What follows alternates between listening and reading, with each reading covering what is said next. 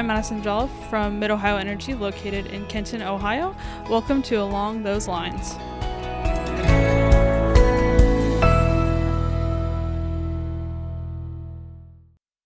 This episode of Along Those Lines is brought to you by RE Magazine. For more than 80 years, RE Magazine has told the electric cooperative story with award-winning editorial content, photography, and design. Co-ops that subscribe at least 51% of their employees receive the best pricing. Visit cooperative.com/RE Magazine and click subscribe to ensure every member of your staff has the exclusive co-op-focused insight they need to do their jobs. Hi everyone, this is a podcast about electric cooperatives, the work they do, and the challenges they face. I'm your host, Scott Hoffman. Mike Partin has been CEO of Sequachee Valley Electric Cooperative in Central Tennessee since 2015. He joined the co-op in 1998 and has represented Tennessee on the NRECA Board of Directors since 2019. Earlier this month, he was elected president of the association at the PowerXchange conference in Atlanta. Mike sat down with us at that event to discuss his thoughts on leadership, what the future looks like for electric cooperatives, and what specific things he'll focus on during his 2-year tenure as president. Mike, welcome to the podcast. Thanks so much for taking the time during this busy conference. Absolutely. I'm excited to be here. All right. First of all, congratulations for becoming the new NRECA president. That's a huge step up. Yeah. Why don't you start us off by just giving us some details about yourself, your personal history, your family, where you live, all that kind of stuff. Yeah, Scott, thanks again for having me. It's the podcast is such a valuable resource for folks in the industry and outside the industry to kind of hear and know what's going on in the business. And appreciate y'all being on this social media platform. It's just a great place to be. Yeah. So I've been at the co-op 27 years, and man, that has gone by pretty doggone fast. Came to work as the vice president of member services back in the day, charged with all things member service, also government relations, which I'm pretty passionate about, and then our subsidiaries that we wanted to form. So that was part of the reason I was hired too, is to kind of expand upon that. But before co-op life, I was actually an elected official. So I was the youngest county executive ever elected in the state of Tennessee. Wow. So I was just a kid. And green as could be. Wow. So you got into politics early. Yeah. Is that something you sort of have in mind for a later part of your career? Well, yes, I think so. Maybe so. Kind of looking at that. A lot of folks been talking about it, so there may be some opportunity. I can definitely see that. Yeah. So tell me a little bit about your family, your home life. I know you have a beautiful piece of property out there near the co-op. Yeah, so I'm one of those pretty fortunate folks that work on my home co-op. And so I live 30 minutes away or so from the office, and kind of go over the Cumberland Plateau, the mountains there. It's a good time to listen to podcasts while I'm driving into work. Thank you. And so in Tennessee, we have coves and hollers. That's kind of, some folks around the country may not be familiar with those terms, but just it's a beautiful valley that we've been there for 6 or 7 generations. And a farm there, we're in the cattle business in this valley at the foot of the Cumberland Plateau. Some folks may have heard of Mont Eagle Mountain. Mm-hmm. Johnny Cash, I think, had a shout out a time or two in some of his songs. Wow. And Swanee, the University of South, is there. And so we're in the cattle business, and a great time to be in the cattle business. And it's my dad and I, and then we got some folks that help us there on the farm. Wow, your dad's still around. Yeah, my dad just turned 80 years old, and he's already called me 2 or 3 times today, giving me orders about what I need to do when I get back from my vacation. I know every time you're on a work trip, he wants to call it a vacation. Exactly, because you're not working. So talk a little bit about the co-op. What is your membership like? How many meters you got? What kind of territory is it? Yeah, so in the southeast Tennessee there, kind of halfway between Chattanooga and Nashville. So we serve some pretty mountainous areas. Mm-hmm. And we got 40,000 consumers there at our co-op. It's growing. Gosh, anytime you're outside of a metropolitan area, it seems like now, Yes. just population is continuing to expand out. Several retirement communities that opened up because we serve not only the valleys and some beautiful lake areas, but we got the mountains. And so all around the brow of these mountain areas, these home developments are starting. And just a beautiful part of the country, but some pretty rough country to be able to be in the electric business. Right, I bet. We've got 3,300 miles of right-of-way, and that poses some challenges in itself. You know, folks move to area because of the beauty, the natural beauty, the mountains, but power lines going through some of these rugged terrains are pretty hard to work. I bet. When did you said your home is on Sequachee Valley line? Yeah. So you've known about co-ops for a long time. Absolutely. When did you know you wanted to make that your career? Yeah, so actually, I'm a member of the telephone co-op, the electric co-op, and the farmers co-op. So co-op has been a part of my life as long as I can remember. And working at the co-op has always been a place that folks want to be. And as I'd said earlier, I was the youngest county executive in the state of Tennessee. And the thing about local government, county government, is that, you know, that's not going to be a lifelong career. And so I was fortunate enough to be able to have an opportunity to come to the co-op.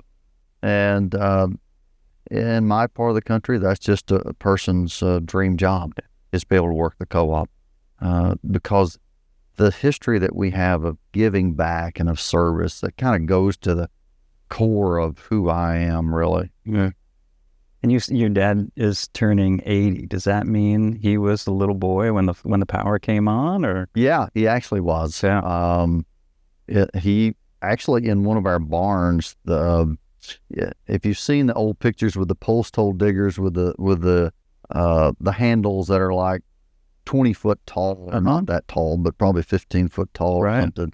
There's a set of those that have been hanging in one of our old barns for years, that when they came through and put the poles in, and back then, you know, the farmers, the locals, they helped dig the lines. It's kind of like, you know, we've talked about a trip to Guatemala, and the locals set the poles. Yeah. And that's the same thing that happened. So you have a set of post hole diggers that were actually used to run. Yeah, got the big tall handles. And that is amazing. Yeah. You could set up a museum. Yeah.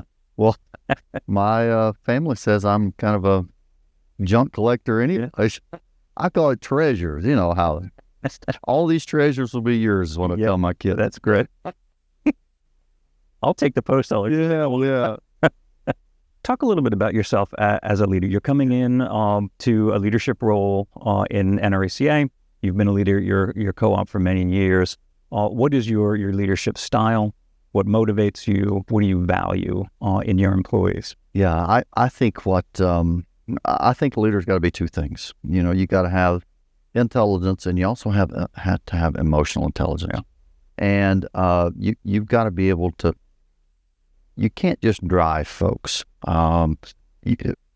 Folks that work with you have got to be able to see that you as a leader are willing to do anything you ask them to do.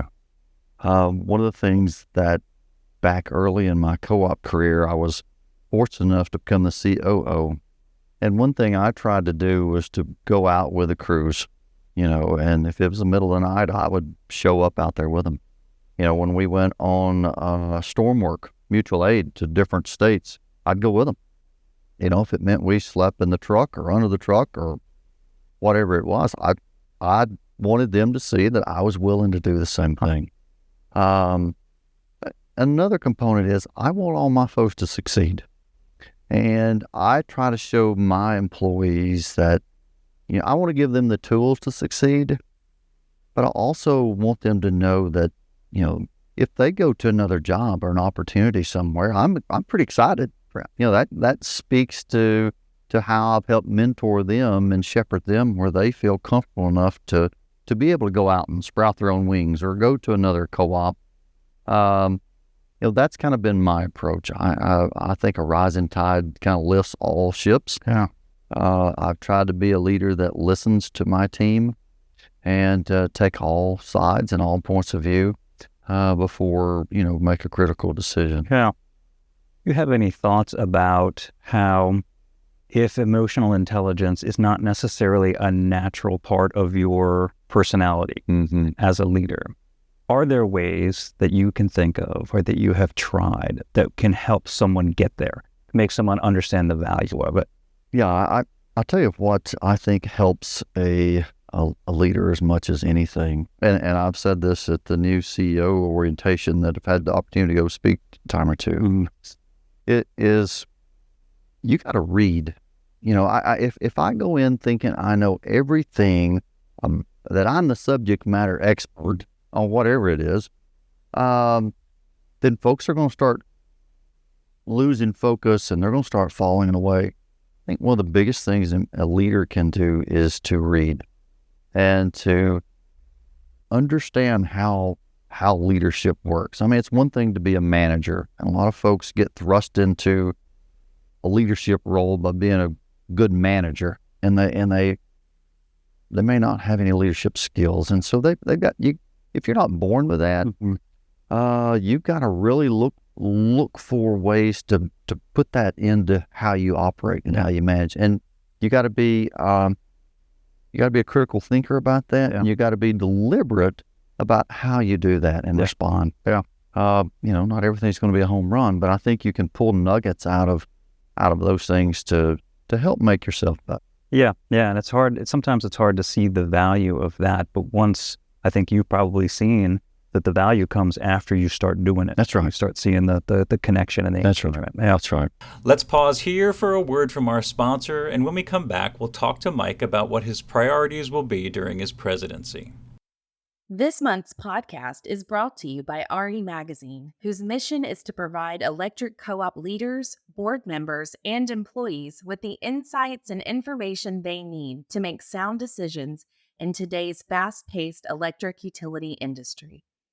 Visit cooperative.com/RE Magazine and see for yourself.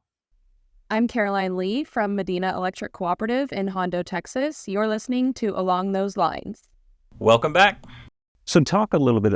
It's fairly typical for a new NRECA president to come in with a theme or something that's going to motivate their sort of their direction during their term. Have you thought about that? Absolutely. I think that anybody that comes into the NRECA officer role, or even thinks about wanting to be an NRECA officer, there's a lot of responsibility that goes with that, because the things that you say and do, they matter to the membership.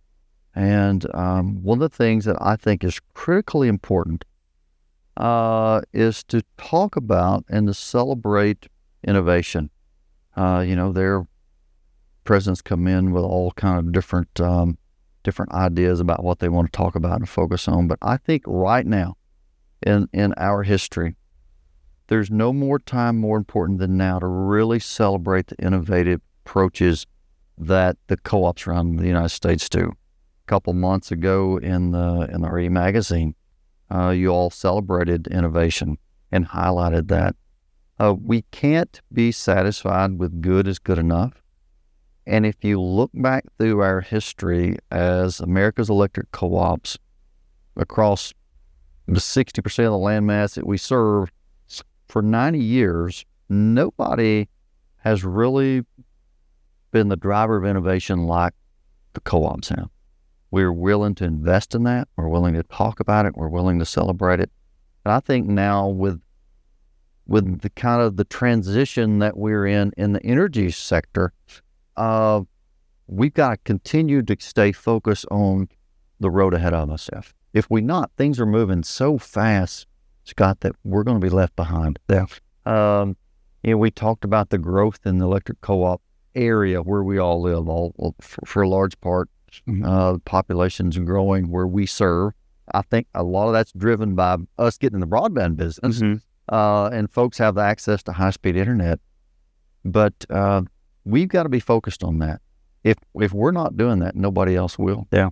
Do you have a sense? You mentioned broadband. Do you have a sense of which which issues are going to be the biggest over the next couple of years in terms of technology and innovation, and what the role NRECA can play in that for co-op city? Yeah, we just came through this tremendous growth period with broadband, and a lot of folks got in that business, kind of seized that moment and that opportunity.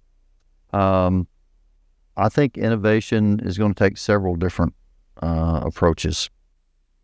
How do we look at our employees, or how innovative we are with training our employees and give them the tools they need to succeed, because they've got all different kind of demands on them as well.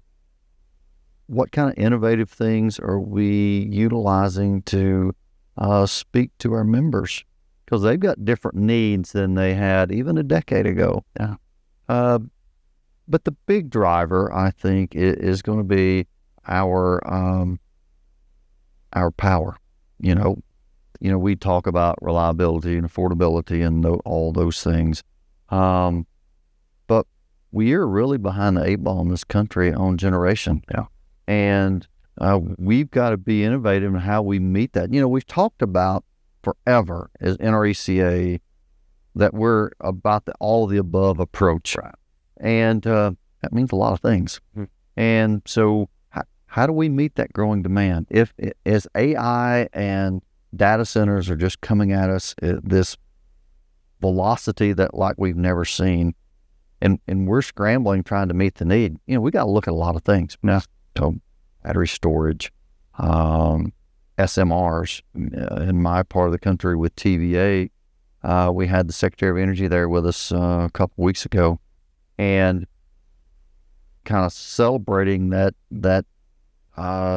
new nuclear. Mm-hmm. This renaissance of nuclear in this country. Yeah. I think natural gas will get us in the short term. We got to look beyond that. Yeah. In this business, we can't be so short-sighted that we think, here's the answer today.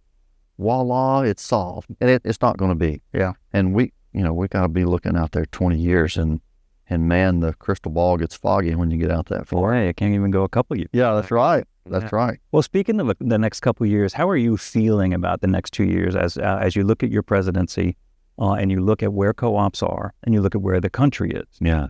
There's a lot of challenges, but we can also call those opportunities. Sure. How are you feeling about it as a general matter?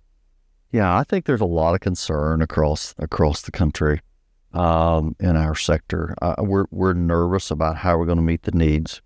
We're nervous about what takes place with some of the agencies that we deal with. But we've got to take those, as you say, and look at them as opportunities. The international program is something that's pretty special to me. Tennessee is getting a group together to go to Guatemala this summer. Yeah. And there's several components of international. That's kind of the local work, but I'm concerned about the great work that we've done around the country, around the world. I mean, who's going to fill that space and that void if we're not there? Yeah. I think maybe when the dust settles, we heard some speakers here while we've been at PowerXchange talking about we're only 50 days into the Trump administration. And as these new secretaries get in different departments, and, they've got to manage those departments and run those divisions, hopefully common sense will be the rule of the day, and we can start focusing back on where we need to be in some of these agencies. Yeah, and how we've seen electric co-ops specifically lead when it comes to shaping policy and pushing back against policies that we see as negative or degradational to reliability. Yeah.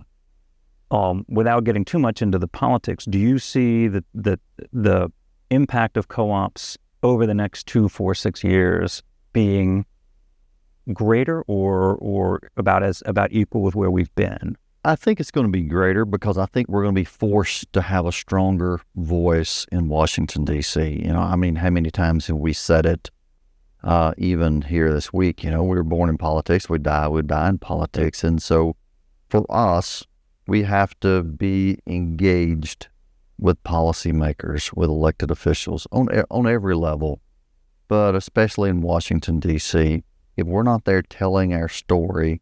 And the great thing about us as a trade association in D.C., NRECA, is that we are that trusted voice. And we do our due diligence with the elected officials and policymakers, because we want, when somebody comes in with an energy-related issue in our sector, they tell the folks, hey, let's pick the phone up and call NRECA, or let's call the co-op manager back home. That's the kind of relationship I have with my congressman that we serve. If somebody comes in telling him something, he says, yeah, I don't know if that's right. He picks the phone up, he calls and says, what's the deal on this? Because they know Democrat or Republican makes no difference for us as a trade association. We want to be the trusted expert when it comes to energy policy in rural America.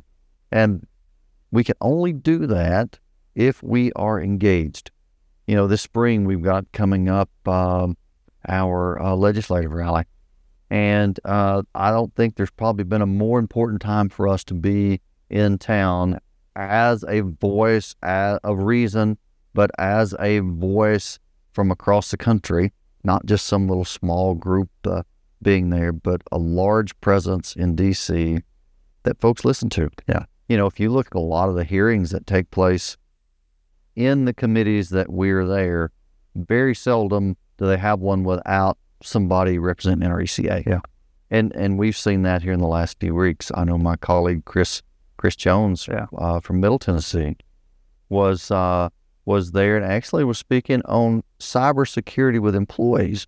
It wasn't actually a energy question about nuclear or coal or gas.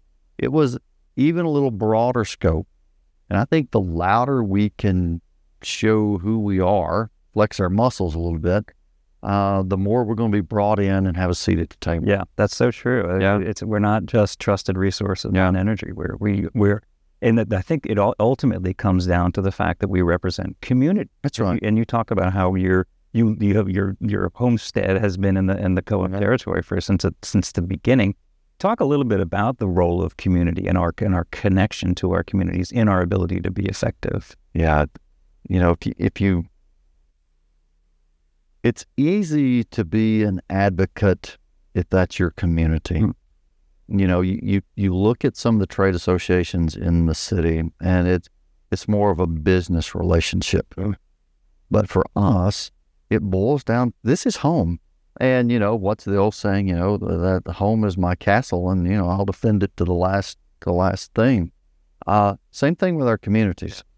Folks really fight for community because they want a place where they're raising their family. That's where they call home. And you're willing to go to war for that, go to war for that. I think that's one of the things that grounds us and gives us such a powerful voice, whether it's at the State House or whether it's in Washington, D.C. It's because we've got skin in the game. Yeah. It's not just a job. It's a little more than that. Yeah, it's beautiful. Any final message for the membership as you sort of take on this new, more elevated role? What do you want them to hear? Yeah, I look forward to working with them, listening to their concerns, but more importantly, I think just kind of standing shoulder to shoulder. And that's the part of the beauty of NRECA as one of the trusted trade associations in the whole country is because we have a unified voice. And if I can do one thing while I'm the president of NRECA, is that kind of help elevate that voice and to stand shoulder to shoulder with folks that are being innovators, but also folks that are needing their voice heard in Washington, D.C. Yeah, it's great. Well, I have talked to a lot of board members and I've talked to a lot of people in Tennessee, and they all say amazing things about you. So we are fortunate to have you, and we're really looking forward to where you go. Well, thank you very much. I'm excited to be here. Looking forward to it. All right, Mike. And thanks to you, our listeners, and to our sponsor, RE Magazine. For more on this and other podcasts, visit us on electric.coop. Until next time, for Along Those Lines, I'm Scott Hoffman. I'm Crystal Owen from Claiborne Electric Cooperative in Homer, Louisiana. Thanks for listening to Along Those Lines. Subscribe and rate us on your favorite podcast app.